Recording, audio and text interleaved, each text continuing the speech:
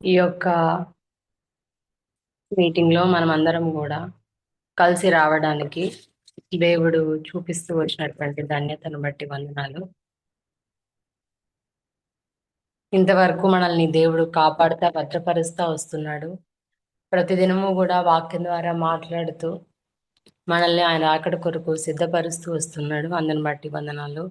ఈరోజు మనము వాక్యం ధ్యానం నిమిత్తమై మొదటి రాజులు 19వ అధ్యాయంలో కొన్ని వచనాలను మనం చూసుకుంటా వద్దాము. మొదటి రాజులు 19వ అధ్యాయం నేను చదువుతాను.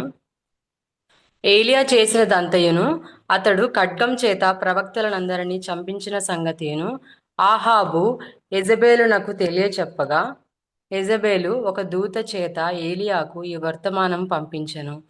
రేపు ఈ వేళకు నేను నీ ప్రాణమును వారిలో ఒకని ప్రాణం వలె చేయని ఎడల దేవుడు నాకు గొప్ప అపాయం కలుగచేయును కాక.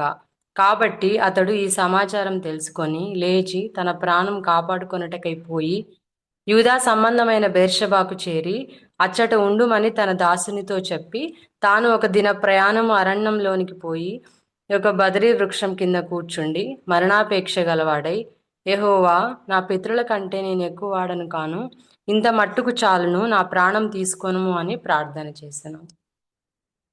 ఇక్కడ మనకు ఈ యొక్క వాక్య భాగము దానికంటే ముందు జరిగినటువంటి సంగతులు బయలు ప్రవక్తలందరినీ కూడా ఇక్కడ ఏలియా ఏం చేస్తాడంటే హతం చేస్తూ వస్తాడు. ఎందుకంటే ఆ యొక్క సమయంలో వారు ఇక్కడ పరీక్ష ఒకటి జరుగుతూ వచ్చినప్పుడు ఆ యొక్క సమయంలో వాళ్ళు ఏం చేస్తారంటే వారి యొక్క దేవత గొప్పది అని చెప్పుకోవడానికి, లేకుంటే దానికి ఇంకా ఎన్నో చేస్తూ వస్తారు. అక్కడ ముందు అధ్యాయంలో అంత బయలు బయలు ప్రవక్తలు అందరూ కూడా ఏం చేస్తూ వస్తారంటే అది మాట్లాడుతుంది అనుకోని, లేకుంటే అదేదో జీవం గలది అని చెప్పుకోవడానికి వాళ్ళు ఎన్నో చేస్తూ వస్తారు. కానీ దానిలో జీవం లేదు కాబట్టి ఏమైతా వస్తుందంటే ఓడిపోతా వస్తారు వాళ్ళు. ఆ యొక్క సమయంలో ఆ ప్రవక్తలందరినీ కూడా బయలు ప్రవక్తలందరినీ కూడా పట్టుకొని ఏలియా హతం చేస్తా వస్తాడు. దాని తర్వాత ఆహాబు ఈ విషయాన్ని యెజెబెలుకు చెప్తా వచ్చినప్పుడు తను ఏమంటా వస్తుందంటే ఇంకొక 24 గంటల్లో నేను రేపు ఈ వేళకు ఆ యొక్క ఏలియా ప్రాణాన్ని ఈ వీరి ప్రాణంలో ఒకరి ప్రాణంగా చేస్తా అని అంటా వస్తుంది. ఏలియా ఆ యొక్క సమయంలో మనము ఇక్కడ చూస్తూ వచ్చినప్పుడు ముందు తను ఆ యొక్క వారందరినీ కూడా బయలు ప్రవక్తలందరినీ కూడా తను హతం చేస్తా వచ్చాడు. తన పక్షాన దేవుడు ఉంటా వచ్చినాడు. దేవుడు ఎంతో గొప్పవాడు. ఇవన్నీ కూడా ఏలియా చాలా గొప్ప ప్రవక్త. తను దాని ద్వారా దేవుడు ఎంతో అద్భుత కార్యాలు జరిగిస్తా వచ్చాడు. అన్ని విధాల తను ఎన్నో విధాలుగా దేవుడు తనని వాడుకుంటా వచ్చాడు. చూడండి, ఆ యొక్క అగ్నిచేత దేవుడు దాన్ని హతం చేస్తా వచ్చినప్పుడు యెజెబెలుని కూడా దేవుడు సంహరించగలిగేటువంటి శక్తిమంతుడు. కానీ ఇక్కడ ఏలియాకు ఇవన్నీ ఏలియా ద్వారా దేవుడు జరిగిస్తా వచ్చినాడు. కొన్నిసార్లు ఏలియా కూడా ఒకవేళ ఇలాంటి పరిస్థితి అనుమతిస్తే ఎలా ఉంటుంది అని దేవుడు తనని పరీక్షిస్తా వచ్చాడేమో. అంటే అంతమంది ప్రవక్తలను తను హతం చేస్తా వచ్చినప్పుడు ఒక్క యెజెబెలు తనను నేను నీ ప్రాణం తీస్తాను అని తను ఎప్పుడైతే చెప్తా వచ్చిందో ఇక్కడ ఏం రాయబడిందంటే 2వ వచనంలో, రేపు ఈ వేళకు నేను నీ ప్రాణంను వారిలో ఒకని ప్రాణం వలె చేయని ఎడల దేవుడు నాకు గొప్ప అపాయం కలుగ చేయనుగాక. కాబట్టి అతడు ఈ సమాచారం తెలుసుకొని లేచి తన ప్రాణం కాపాడుకొనుటకై అన్నది. అంటే ఇంకా తను ఎక్కడ చంపేస్తుందో అని ఆ యొక్క ప్రాణం ఇంకా నేను చనిపోతానేమో, తను నన్ను చంపేస్తుంది అని అంతమందిని హతం చేయడానికి సహాయపడినటువంటి దేవుడు యెజెబెలును హతం చేయలేడా? చేయగలడు. కానీ మనుషులంగా ఏలియా కూడా మనలాంటి మనుషుడే. తనలో కూడా అంటే ఒక పీక్ టైం వచ్చినప్పుడు మన జీవితంలో కూడా ఆత్మీయ జీవితంలో కొన్నిసార్లు ఎలా ఉంటుందంటే ముందు నుంచి మనము కొన్ని కుటుంబ జీవితంలో కానీ మన వ్యక్తిగత జీవితంలో కానీ మనం కొన్ని పరిస్థితుల గుండా వెళ్తా ఎంతో ఓపికగా ఉంటా వచ్చినప్పుడు ఒక్కొక్కసారి ఒక్కొక్కరికి ఒక్కొక్క జీవితంలో ఒక పీక్ పాయింట్ అనేది ఉంటుంది. అంటే అంత చాలా పీక్ లెవెల్ ఆఫ్ టెస్టింగ్ అనేది, లేకపోతే పీక్ లెవెల్ ఆఫ్ పేషెన్స్ ఎంత ఓపికగా అంతవరకు ఉండి, కొన్నిసార్లు ఆ యొక్క సమయం వచ్చినప్పుడు ఇంకా ఆ ఓపిక అనేది చాలాసార్లు నశిస్తుంది. అంటే ఇంకా నేను బ్రతకడం వేస్ట్, లేకుంటే ఇంకా అసలు నేను ప్రాణంతో ఉండి ఏం లాభం, ఇంకా నేను దీన్ని భరించలేను అనేటువంటి పరిస్థితి వచ్చేటువంటి సమయాలు కూడా ఉంటాయి. అంటే అంత కఠినమైనటువంటి పరిస్థితులు అంతవరకు మనం ఊర్చుకొని ఇంకా లాస్ట్ మినిట్లో ఇంకా నేను సహించలేను, ఇంకా నేను ఈ మాత్రం కూడా ఓర్చుకోలేను, ఇంకా దేవుడా నా ప్రాణం తీసుకో అనేటువంటి సమయాలు కూడా మనకి జీవితంలో వస్తూ ఉంటాయి. అలాంటి పరిస్థితి ఇక్కడ ఏలియాకు వచ్చింది. ఇక్కడ ఏమనుందంటే ప్రాణం కాపాడుకొనుటకే అనుంది. దాని తర్వాత వచనము 4వ వచనం 5వ వచనం చూస్తే అక్కడ 4వ వచనంలో ఏముందంటే మళ్ళీ అక్క బదరి వృక్షం కింద కూర్చుండి మరణాపేక్ష అనుంది. ముందు ఏముందంటే ప్రాణం కాపాడుకొనుటకే అనుంది. తర్వాత ఏముందంటే మరణాపేక్ష కలవడే, అంటే ఫస్ట్ తను పారిపోయి ప్రాణం మీద తీపితో ప్రాణం కాపాడుకోవాలి అనేటువంటి ఉద్దేశంతో పరిగెత్తాడు యెజబెల్ నుంచి. మళ్ళీ ఇక్కడ ఆ యొక్క అరణ్యంలో, ఆ యొక్క ఎడారిలో తను పరిగెడతా వస్తూ వచ్చి ఇంకా ఆ యొక్క బదరీ వృక్షం కింద కూర్చొని ఏమంటున్నాడంటే, ఎలా ఉన్నాడంటే మరణాపేక్ష గలవాడై, అంటే ముందేమో ప్రాణం కాపాడుకోవాలి అనుకొని పరిగెత్తాడు, ఇక్కడేమో మరణం కావాలి నాకు అంటే మరణాపేక్ష, మరణం నేను ఇంకా నా ప్రాణం ఇంకా పోయిన, ఎందుకంటే అంతగా పరిగెత్తి ఒక్కడే ఎంతగానో అలసిపోయాడు. అంటే ముందే వెనకలవేమో యెజబెల్ వస్తుంది, ముందరేమో ఆ యొక్క ఎడారి అరణ్యంలో ఇంకా అక్కడ వాటర్ ఉండవు, ఏమీ ఉండవు, అంత భయంకరమైనటువంటి అరణ్యము అనేది. అలాంటి స్థానానికి వచ్చినప్పుడు తనకేమొచ్చిందంటే మరణాపేక్ష వచ్చింది, ఇంకా చావడమే బెటరు అని. ఇశ్రాయేల్ ప్రజలు కూడా ఐగుప్తు నుంచి వచ్చినప్పుడు, ఐగుప్తులో నుంచి బయటికి రాగానే ముందర ఎర్ర సముద్రం వారిని వెంటబడుతూ ఆ యొక్క ఐగుప్తులు వచ్చినప్పుడు వారు కూడా ఇలానే, అంటే మేము ఐగుప్తులోనే ఉంటే బాగుండేది, ఇక్కడికి వచ్చి మేము చావాల్సి వచ్చింది, దీన్ని ఇక్కడ ఉండడం కంటే చావడమే బెటర్ అన్నట్లుగా వాళ్ళు మాట్లాడుతూ వచ్చినప్పుడు, అంటే ముందరవేమో ఎర్ర సముద్రము, వెనకలేమో ఆ యొక్క ఐగుప్తీలు, ఇక్కడ కూడా తినకు వెనకల యెజబెలు, ముందర వచ్చేసి అరణ్యము ఎడారి. లేకుంటే ఇలాంటి పరిస్థితి వచ్చినప్పుడు ఏమవుతుందంటే వారు మేము చావడమే బెటరు అనుకున్నారు. ఇక్కడ ఏలియా కూడా అలానే అనుకున్నాడు. ఇలాంటి పరిస్థితులు అంటే వెనకల నుయ్యి ముందర గుయ్యి అని ఏదో సామెత ఉంటది కదా, అన్నట్లు, అంటే మనం అటు వెళ్ళలేము, ఇట్లా వెనక్కి వెళ్ళలేము, అటు ఇటు కాకుండా, అంటే మనం కదలలేనటువంటి ఒక పరిస్థితి. ముందు వెళ్ళినా చావే, అంటే చావు లాంటి పరిస్థితి, వెనకాల కూడా మనకు అలాంటి కఠినమైనటువంటి పరిస్థితి ఉంటుంది. మనం వెనక్కి వెళ్ళలేము, ముందుకు వెళ్ళలేము, కానీ ఈ పరిస్థితులన్నిట్లో కూడా దేవుడు మనకి తోడుగా ఉంటాడు. మనము ఏదో ప్రాణ భయము కలిగి ఉండాల్సినటువంటి అవసరం లేదు. మనకు ఈ యొక్క లోకంలో ఎన్నో భయాలు ఉంటాయి, లేకుంటే మన ప్రాణాన్ని తీసేస్తామని కొన్నిసార్లు కొన్ని పరిస్థితులను బట్టి బెదిరించే వారు కూడా ఉంటారు. అవి మనం ఫేస్ చేయకపోవచ్చు, కానీ కొంతమంది జీవితంలో అలాంటి భయాలు కూడా ఉంటాయి. అంటే యేసుక్రీస్తు ప్రభు వారిని విశ్వసించిన కారణాన్ని బట్టి అలాంటి బెదిరింపులు కూడా గుండా కూడా వెళ్తా వస్తారు. కానీ అలాంటి సిచ్యువేషన్ వచ్చినప్పటికీ కూడా మనం భయపడాల్సినటువంటి అవసరం లేదు, ఎందుకంటే దేవుడు సమస్తాన్ని కూడా చూస్తూ వస్తున్నాడు. ఏలియాను ఇప్పుడు వాళ్ళు ఐగుప్తు నుంచి బయలుదేరినప్పుడు వాళ్ళు అంతమంది, లక్షల మంది బయలుదేరుతా వచ్చినారు. మోషే ఒక్కడు వారికి నాయకుడిగా నడిపిస్తూ వచ్చాడు. అంత గొప్ప దాసత్వం నుంచి, ఎంతో కఠినమైనటువంటి దాసత్వం నుంచి ఎన్నో అద్భుతాలు వారి మధ్య చేసి నడిపించినటువంటి దేవుడు ఎర్ర సముద్రంని ఆ యొక్క ఎర్ర సముద్రము ఐగుప్తీల మధ్యలో వీరు ఉన్నప్పుడు దేవుడు వాళ్ళని కాపాడలేడా? అంటే వారిని మరణించడానికి తీసుకొని రాలేదు, దేవుని యొక్క ఉద్దేశం వేరు. ఇక్కడ కూడా దేవుడు ఏలియానేదో చంపుదాము అనేటువంటి ఉద్దేశంతో ఇక్కడ తీసుకురాలేదు, కానీ ఆ యొక్క భయము, ప్రాణ భయము ఏలియాలో ఉంది. మళ్ళీ అబ్రహాం కూడా ఏం చేస్తా వచ్చినాడు, ప్రాణ భయం చేత ఆ యొక్క అరువు వచ్చినప్పుడు, ఐగుప్తుకి వెళ్తా వచ్చినప్పుడు షారాను బట్టి ఏం చేస్తారంటే అబద్ధం ఆడుతూ వచ్చాడు షారా విషయంలో, ఎక్కడ ఆ రాజు తను చంపుతాడో అని.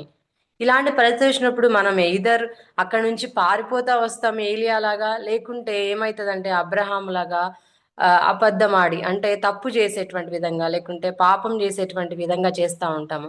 దావీదు కూడా సౌలు తను వెంటబడతా వచ్చినప్పుడు ఆ యొక్క ప్రాణభయం చేత పారిపోతా వచ్చినాడు. దేవుడే తనను అభిషేకించాడు. కాబట్టి గొల్యాతు లాంటి అంత గొప్ప వ్యక్తిని, అంత బలాఢ్యుణ్ణి దావీదు ఓడించాడు. కాబట్టి సౌలు తనకేమి పెద్ద కాదు. దేవుడు అనుకుంటే దేవుడు అభిషేకించినటువంటి వ్యక్తి. దావీదు కూడా దేవుని చేత అభిషేకం పొందాడు. కాబట్టి దేవుడు కాపాడుతాడు. ఎందుకంటే దేవుడు ఊరికే అలా చేసి ఏదో మనల్ని లోకం నుంచి మనల్ని తీసుకెళ్ళడు, కానీ ఆయనకు ఉద్దేశము అనేది తప్పకుండా మనం ఈ లోకంలోకి రావడమే ఒక ఉద్దేశం. దేవుని కొరకు జీవించాలి, దేవుని పని చేయాలి, ఆయన వాక్య ప్రకారంగా జీవించాలి అనేది దేవుని యొక్క ప్రణాళిక. కాబట్టి ఇదన్నీ ఈ లోకంలో మనము ఉన్నప్పుడు ఇవన్నీ మనం నెరవేర్చేటువంటి విధంగానే దేవుడు మనకు సహాయపడతా వస్తాడు. అంతేకాని మనము వచ్చేటువంటి పరిస్థితులను బట్టి మన ప్రాణ భయము లేకుంటే ఇంకా వేరే వేరే భయాలు కలిగి ఉండి మనం నిరాశ చెంది అవి వచ్చినప్పుడు దాంట్లో తప్పు చేసేటువంటి వారంగా లేకుంటే ఇట్లా పారిపోయేటువంటి విధంగా మనము ఉండకూడదు. అలా ఉన్నప్పుడు ఏమవుతుందంటే మనము చాలా ఇంకా నిరాశలోకి వెళ్తా వస్తాము. ఇక్కడ ఏలియా ఆ విధంగా పారిపోతా వచ్చినప్పుడు ఏమైందంటే అతడు ఆ యొక్క 5వ వచనం, అతడు బదరీ వృక్షం కింద పరుండి నిద్రించుచుండగా ఒక దేవదూత వచ్చి అతను ముట్టి నీవు లేచి భోజనం చేయమని చెప్పాను. అక్కడ దేవుడు చూస్తా వచ్చినాడు. ఇంకా దేవుడు ఎంతో కరుణామయుడు కదా. మన యొక్క భౌతికం శరీరానికి అక్కర తీరుస్తాడు, ఆత్మీయ జీవితానికి అక్కర తీరుస్తాడు. మనల్ని ఏదో తొందర పెట్టి అన్నీ చేయాలి అని ఎప్పుడు ఎక్స్పెక్ట్ చేయడు. నిజంగా అంతగా పరిగెత్తి అలసిపోతా వచ్చినప్పుడు తనకి విశ్రాంతి అవసరము, దాహము, ఆకలి ఇవన్నీ కూడా ఉన్నాయి. కాబట్టి ఇవన్నీ కూడా దేవుడు ఫస్ట్ తనకు తీరుస్తా వస్తున్నాడు దూత ద్వారా. దూత వచ్చి భోజనం చేయమని అక్కడ నీళ్ళ బుడ్డి పెడుతుంది. 6వ వచనంలో కూడా తల దగ్గర నిప్పుల మీద కాల్చబడిన అప్పమును నీళ్ళ బుడ్డియు కనబడెను గనుక అతడు భోజనం చేసి తిరిగి పరుండెను. ఎంతో ప్రయాణం చేసి పరిగెత్తి పరిగెత్తి అలసిపోతా వచ్చి ఏమైందంటే ఆ విధంగా పడుకోవడానికి కూడా ఆ యొక్క సమయంలో దేవుడు పడుకున్నప్పుడు కూడా కాపాడాడు. ఎందుకంటే తను పడుకున్నప్పుడు ఆ యొక్క సమయంలో ఎవరైనా వచ్చి చంపి అటాక్ చేయొచ్చు, కానీ దేవుడు కాపాడుతూ వచ్చాడు. ఆ యొక్క అక్కర, ఆకలి, దాహము కూడా తనకు తీరుస్తూ వచ్చాడు. మన జీవితంలో కూడా దేవుడు ప్రతి ఒక్క అక్కర కూడా ఇంతవరకు మనం ప్రార్థించినప్పుడు ఇంకా విధమైనటువంటి అక్కర్లు ఉంటా వచ్చినప్పుడు భౌతికమైన అక్కర్లే కాదు, కానీ మన కుటుంబాలు ఆత్మీయ జీవితంలో కూడా ఎప్పుడూ కూడా కట్టబడాలి అని మనం ప్రార్థిస్తూ వచ్చినప్పుడు దేవుడు ఆ విధంగా ఒకవేళ మనం ఎలాంటి పరిస్థితి ఉన్నప్పటికీ కూడా కాపాడుతూ వస్తున్నాడు, సిద్ధపరుస్తూ వస్తున్నాడు. ఇక్కడ ఏలియా కూడా అలానే ఆ యొక్క అక్కర తీర్చాడు. మళ్ళీ ఇక్కడ ఏం చెప్తున్నాడంటే 7వ వచనంలో, అయితే యెహోవా దూత 2వ మారు వచ్చి అతన్ని ముట్టి నీ శక్తికి మించిన ప్రయాణం నీకు సిద్ధమై ఉన్నది, నీవు లేచి భోజనం చేయమని చెప్పినప్పుడు, అంటే ఇంకా ముందున్నటువంటి ప్రయాణం ఇంకా చాలా గొప్పది. అక్కడే ఏదో ఇంకా రెస్ట్ తీసుకొని తినేసి ఇంకా కొద్ది రోజులు అక్కడే ఉండడానికి లేదు. ఇంకా శక్తి మించినటువంటి ప్రయాణం చాలా ఉంది. మనం కూడా కొన్ని కారణాలను బట్టి ఏ, కొద్ది రోజులు అట్లా అంటే ఆ ఆ యొక్క రెస్ట్, విశ్రాంతి తీసుకొని మళ్ళీ మనం ఏమవ్వాలంటే పునరుద్ధీకరించబడాలి, పూనుకోవాలి పని చేయడానికి.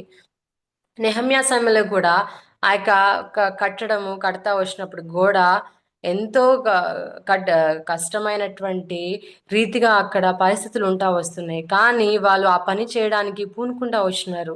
మళ్ళీ వాళ్ళ బలము శక్తి తెచ్చుకుంటా వచ్చినారు. చుట్టూ వాళ్ళు ఎంత అగైనెస్ట్ గా ఉన్నప్పటికీ కూడా దేవుడు యొక్క ఉద్దేశము అక్కడ జరుగుతా వచ్చింది. దేవుడు కూడా మన జీవితంలో ఎన్ని పరిస్థితులు ఇలాంటి కఠినమైనటువంటి పరిస్థితి వచ్చినప్పటికీ దేవుడు మనకైతే తోడుగా ఉంటాడు. ఎప్పుడు తోడుగా ఉంటాడు అంటే మనం ఏదో మన ఇష్టానుసారంగా తప్పు చేసి లేకుంటే మనము దేవునికి వ్యతిరేకంగా జీవిస్తూ ఉంటే దేవుడు ఎప్పుడు మనకు తోడుగా ఉండని వాగ్దానం చేయడు, కానీ ఆయన యొక్క వాక్య ప్రకారంగా జీవిస్తూ దాని ప్రకారం నిజంగా మనం శ్రమపడి దుఃఖపడితే దేవుడు తప్పకుండా మనకు సహాయపడతాడు. కానీ కొన్నిసార్లు మనం పడిపోయి అనేక సార్లు మనం దాన్ని బట్టి కూడా బలహీనతలో దేవుడు అయితే మనకు వాక్యం ద్వారా మనల్ని బలపరుస్తూ ఉంటాడు. మన శరీరంలో ఉన్నాం కాబట్టి అనేక సార్లు మనం పడిపోతా వచ్చినప్పటికీ దేవుడు అయితే మనల్ని వాక్యం ద్వారా మాట్లాడుతూ బలపరుస్తూ వస్తున్నాడు. అలా అని మనం దాన్ని ఒక ఛాన్స్ లాగా తీసుకోకూడదు, కానీ పరిశుద్ధాత్మ దుఃఖ పెట్టేటువంటి వారంగా ఆర్పేటువంటి విధంగా మనం జీవించకూడదు. కానీ మరలా మనం ఆ యొక్క పనిని చేసేటువంటి విషయంలో దేవుని యొక్క వాక్య ప్రకారం ఆయన ఇష్టానుసారంగా జీవించేటువంటి విషయంలో మరలా మనం మన యొక్క జీవితాన్ని మనం పునరుద్ధీకరించుకుంటూ ఆ విధంగా రావాలి. అంతేకాని వెనక్కి పడిపోయి పదే పదే మనము అటు రీతిగా పడిపోతా దేవుని యొక్క ప్రణాళికకు వ్యతిరేకంగా జీవించేటువంటి వారంగా ఉండకూడదు. ఇక్కడ ఏలియాను మరలా ఏలియాతో ఆ విధంగా దూత మాట్లాడి మరలా తను ప్రయాణం అవ్వాలి, చాలా ఇంకా చాలా ప్రయాణము నీకు ఇంకా ఉంది అని సిద్ధపరుస్తా వస్తాడు. తర్వాత ఇంకా ఆ యొక్క గుహలో చేరుతాడు ఏలియా. గుహలో చేరి వచ్చినప్పుడు ఏమవుతుందంటే అక్కడ దేవుడు తనతో మాట్లాడుతూ వస్తాడు.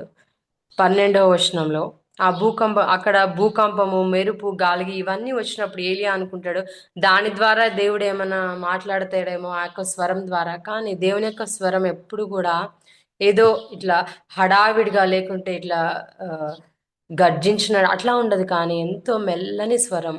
దేవుడు వాక్యం ద్వారా మనతో ఎంతో మెల్లిగానే మాట్లాడుతూ వస్తాడు. అంటే ఆయనకు స్వరము అనేది చాలా ఎంతో పవర్ఫుల్ అన్నమాట.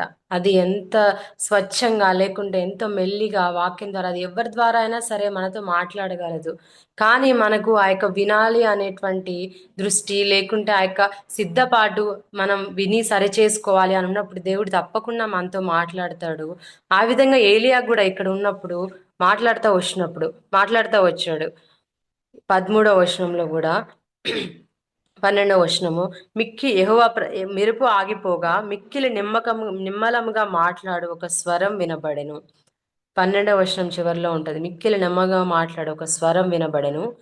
ఏలియా దాని విని తన దుప్పటితో మొహం కప్పుకొని బయలుదేరి గుహ వాకిట నిలిచెను. అంతలో ఏలియా ఇచ్చట నీవేమి చేయుచున్నామని ఒకడు పలికిన మాట అతనికి వినబడెను.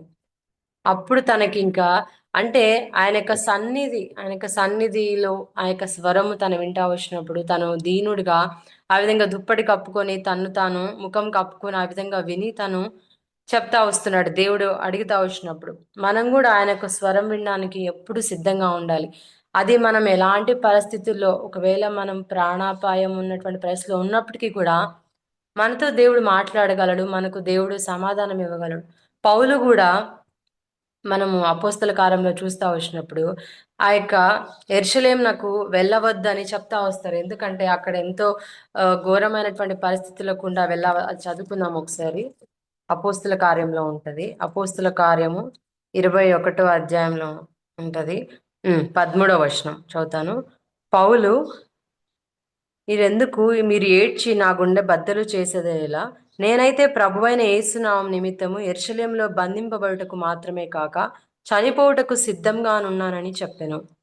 ఇక్కడ పౌలుకు వాళ్ళు ఏం చెప్తారంటే అక్కడ ఉన్నటువంటి సహోదరులు వారందరూ కూడా పౌలును 11వ వచనంలో, అగబు అను ప్రవక్త యూదయ నుండి వచ్చెను. అతడు మా యొద్దకు వచ్చి పౌలు నడికట్టు తీసుకొని తన చేతులను కాళ్ళను కట్టుకొని, యెరూషలేములోని యూదులు ఈ నడికట్టు గల మనుషుని ఇలాగు బంధించి అన్యజనుల చేతికి అప్పగింతురని పరిశుద్ధాత్మ చెప్పుచున్నాడను. ఇవన్నీ ఇక్కడ జరుగుతాయి. పౌలు ఎంతో హింసగుండా వెళ్తా వస్తాడు అని ఇవన్నీ కూడా చెప్తా వచ్చినప్పటికీ పౌలు ఏదో పారిపోలేదు, లేకుంటే నేను యెరూషలేముకు వెళ్ళను అని తను తీర్మానించుకోలేదు. కానీ ఏం చెప్తున్నాడంటే 13వ వచనము, అపోస్తల కార్యములు 21:13 చివరి భాగంలో ఏముందంటే, నేనైతే ప్రభువైన యేసునామం నిమిత్తము యెరూషలేములో బంధింపబడుటకు మాత్రమే కాక చనిపోవుటకు కూడా సిద్ధంగా ఉన్నాను. ఎంత ప్రిపేర్డ్గా ఉన్నాడు, చనిపోవడానికి కూడా నేను సిద్ధంగా ఉన్నాను. కానీ ఇక్కడ మనం చూసినప్పుడైతే వాళ్ళు ఆ యొక్క ప్రాణభయం, అంటే ఇప్పుడు యెజబెల్ చంపుతుంది అన్నప్పుడు తను ప్రాణభయం ఉంది. కానీ ఇక్కడ పౌలు చంపుతారు లేకుంటే ఏమైనా చేస్తారు అన్నప్పటికీ కూడా నేను చనిపోవడానికి కూడా సిద్ధంగా ఉన్నా అన్నాడు. పేతురు దేవునితో నేను మరణం కాబోతున్నాను, ఈ విధంగా నేను అనేకమైనటువంటి హింసలు గుండా వస్తా అని చెప్పినాడు. పేతురు ఏం చెప్తానంటే నేను నీతో పాటు మరణానికైనా సిద్ధంగా ఉన్నాను అని చెప్తా వస్తాడు. కానీ దేవుడు ఏం చెప్తాడంటే నువ్వు బొంకుతావు అని చెప్తాడు. కానీ తను ఏం చెప్తాడంటే లేదు, నేను అయినా సిద్ధంగా ఉంటాను. కానీ ఆ సమయం వచ్చినప్పుడు ఏమైంది, తను కూడా ఆ యొక్క ప్రాణభయం చేత ఏం చెప్తా వచ్చినాడంటే నేను దేవుని ఆయన ఎవరో ఎరగను అంటాడు, అబద్ధం చెప్తా వస్తాడు. అట్రీతిగా ఉంటది. కానీ ఇక్కడ పౌలు అయితే తను ఎలాంటి పరిస్థితులు ఉన్నప్పటికీ తను వెనక్కి రాలేదు, లేకుంటే పారిపోలేదు. కానీ ముందు తను అంతగా సంఘాన్ని హింసించాడు. కానీ తర్వాత ఎంతగా గొప్పగా దేవుడు వాడుకుంటా వచ్చాడు. ఎలాంటి పరిస్థితులు, మరణం వరకు కూడా, చావుటకైనను కూడా నేను సిద్ధంగా ఉన్నాను అని చెప్పడమే కాదు, కానీ తను చావు లాంటి పరిస్థితులు కూడా తను ఎదుర్కొంటా వచ్చాడు. వాటిలో కూడా దేవునితో తను నిలబడి ఇంకో చోట కూడా ఫిలిప్పీలో కూడా ఉంటది. ఎంత ఘోరమైనటువంటి పరిస్థితుల్లో వచ్చినప్పటికీ తను ఏమంటా వస్తారంటే, ఫిలిప్పీలకు రాసిన పత్రిక ఒకటో అధ్యాయంలో 21 నుంచి 24 చదువుదాము. నా మట్టుకైతే బ్రతుకుట క్రీస్తే, చావైతే లాభము. అయినను శరీరంతో నేను జీవించుటే నాకున్న పనికి ఫలసాధకమైన ఎడల నేనేమి కోరుకుందునో నాకు తోచలేదు. ఈ రెంటి మధ్యను ఇరుకునబడి ఉన్నాను. నేను వెడలిపోయి క్రీస్తుతో కూడా నుండవలని నాకు ఆశ ఉన్నది. అది నాకు మరి మేలు. అయినను నేను శరీరమునందు నిలిచిండుట మిమ్మును బట్టి మరి అవసరమై ఉన్నది. శరీరం బట్టి శరీరమందు నిలిచిండుట మిమ్మును బట్టి మరి అవసరమైనది. క్రీస్తుతో కూడా ఉండవలని నాకు ఆశ ఉన్నది అంటున్నాడు. నిజంగా తను వెళ్ళేటువంటి పరిస్థితులు కానీ, తను కూడా ఎంతో కఠినమైనటువంటి పరిస్థితులు, ప్రాణభయాలు ఇవన్నీ కూడా వెళ్తా వచ్చినప్పటికీ కూడా తను ఏమంటున్నాడంటే, నేను బ్రతుకుట క్రీస్తే, చావైతే లాభము అంటున్నాడు. క్రీస్తు కొరకే నా బ్రతుకు, చావైనా కూడా లాభమే. అంటే క్రీస్తుతో కూడా ఉండవలని నాకు ఆశ ఉంది, కానీ ఏంటంటే శరీరం అందు నిలిచినుట మిమ్మును బట్టి మన అవసరమై ఉన్నది. అంటే ఆ యొక్క బాధ్యత అనే దాన్ని బట్టి దేవుడు ఇంకా ఆ యొక్క సంఘములకు, లేకుంటే అక్కడ ఉన్నటువంటి విశ్వాసులు వాళ్ళు బలపరచడానికి, వారిని ఇంకా ఆత్మీయ జీవితంలో ముందుకు తీసుకెళ్ళడానికి తన యొక్క లోకంలో ఉండటం ఎంతో అవసరమై ఉన్నది. కాబట్టి దేవుడు తనని ఉంచుతా వస్తాడు. తను అయితే దేనికైనా సిద్ధమే. బ్రతుకుట క్రీస్తే, చావైతే లాభము అంటా వచ్చాడు. ఏలియా కూడా తర్వాత తను ప్రాణభయం చేత ఉంటా వచ్చినప్పుడు తనైతే ఇంక నన్ను తీసేసుకో అంటా వచ్చాడు. కానీ తన జీవితం ద్వారా ఇంకా చేయాల్సినటువంటి కార్యాలు చాలా ఉన్నాయి. కాబట్టి దేవుడైతే తర్వాత ఆ యొక్క సమయంలో తను బలపరిచి ముందుకు తీసుకెళ్తా వచ్చాడు. ఇంకా తర్వాత కూడా చాలా విషయాలు జరుగుతా వచ్చాయి. ఏలియా అయితే చనిపోలేదు, కానీ అంటే భౌతిక సంబంధమైనటువంటి మరణం కాకుండా అటు రీతిగా కొనిపోబడతా వచ్చాడు. మనం కూడా ఒక రోజు దేవుడు వచ్చినప్పుడు కొనిపోబడతా వస్తాం, కానీ దానికి చాలా సిద్ధపాటు అవసరం. మనము మన ఇష్టానుసారంగా జీవించి పరిశుద్ధంగా జీవించకుండా సరైనటువంటి రీతిగా ఆయనకు విధేయత చూపెట్టకుండా ఉంటే మనము ఎత్తబడేటువంటి గుంపులో ఉండమేమో. కాబట్టి మనం ఎంతో సిద్ధపాటు కలిగి మనం కూడా ఆయన వచ్చినప్పుడు కొనిపోబడేటువంటి విధంగా మనందరము ఉండడానికి దేవుడు మనకు సహాయపడును గాక.